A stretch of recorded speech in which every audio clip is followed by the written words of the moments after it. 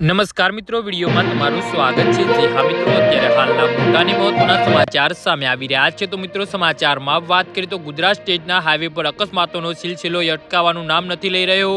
આણંદ પાસે આવેલા ગામઠી પાટિયા નજીક આજે એક અત્યંત હૃદયદ્રાવક અકસ્માત સર્જાયો છે।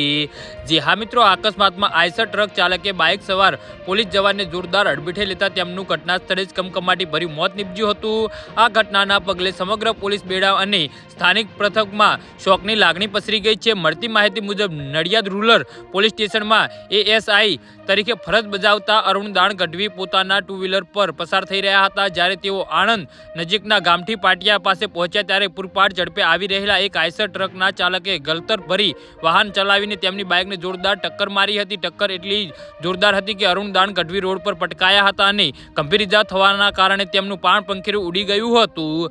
જી હા મિત્રો, તો આના વિશે તમારું શું કહેવું છે તો નીચે અમારી કમેન્ટ બોક્સમાં જરૂરથી જણાવજો અને અમારી યુટ્યુબ ચેનલને સબસ્ક્રાઇબ કરવાની